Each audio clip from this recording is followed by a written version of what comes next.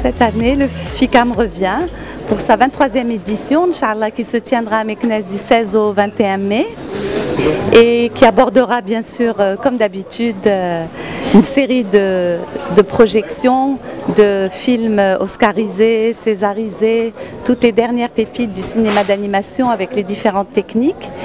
Et le focus cette année, il a été choisi par la direction artistique autour des liens qui existent entre le cinéma d'animation et le jeu vidéo. Comme vous le savez, le gaming est un enjeu important pour notre jeunesse marocaine, pour l'émergence de jeunes talents, parce qu'il y en a au Maroc.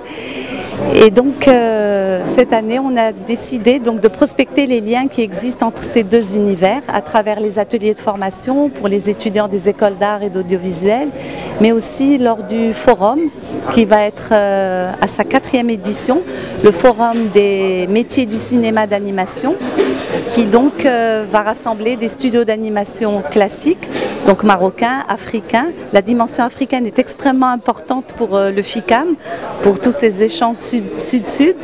Mais cette année, la nouveauté, c'est qu'on aura aussi des studios de jeux vidéo, donc pour que cette plateforme d'échange, elle aborde aussi les liens qui existent entre ces deux univers.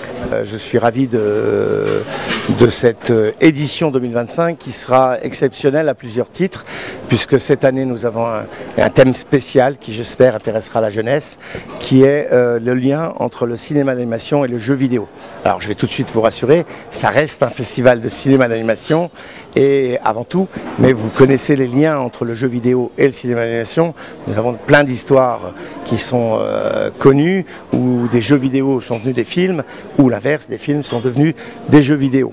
Et donc on a fait une sélection de réalisateurs, de producteurs, en gardant en tête cette idée de ce lien artistique, technique, ou même scénaristique sur ce thème. Nous aurons par exemple aussi un petit focus sur le stop motion avec des grands noms du stop motion, puisque nous aurons Pierre-Luc Grangeon, Claude Barras, des réalisateurs. On aura même un réalisateur africain. C'est un festival international, hein. Plus de 250 films ont été reçus pour les courts-métrages, représentant 38 pays. Lors de la résidence d'artistes qui a commencé le 28 avril et qui se terminera le 22 mai, nous recevons 6 jeunes réalisateurs venus du monde entier. On a bien sûr un Marocain, on a un Ivoirien, un Camerounais, une Franco-Algérienne et un Français et un résident belge. Voilà. Et donc, ils seront là pendant le festival, ils développent avec un coach leur projet. Et puis 8 formations, on a augmenté cette année, puisque les autres années on en avait 6, dont 2 seront consacrés aux jeux vidéo et 6 au cinéma d'animation. Et puis on va vous faire plein de surprises.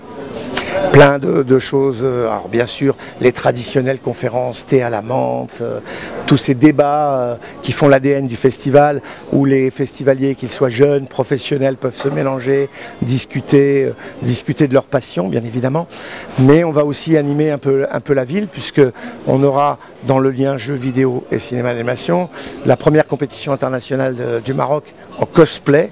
L'association des cosplayers marocains est venue nous voir pour voir si on pouvait faire une cérémonie particulière. Donc il y aura le prix le samedi 17 et le dimanche 18. Les jeunes Meknessi qui voudront s'amuser et se déguiser en personnages de cinéma d'animation ou de jeux vidéo pourront venir dans les jardins de l'Institut français avec leur déguisement. Il y aura un petit jury, voilà. Et puis bien sûr on a des compétitions. 11 prix seront remis et l'ADN du festival depuis toujours, c'est que ce soit des jeunes qui soient les jurys. Et là on reprend l'idée, elle est toujours là. Il y aura un jury professionnel bien sûr, on n'oublie pas le côté professionnel du cinéma d'animation, mais des jeunes du lycée français de Meknès et des jeunes du théâtre Chamat traditionnel vont être formés à l'esprit critique pour donner des prix. Et il y aura bien sûr le prix du public où, en tant que spectateur, vous pouvez voter pour le court-métrage qui vous a le plus plu. Et donc tout ça sera remis à la cérémonie de clôture qui aura lieu le 21 mai.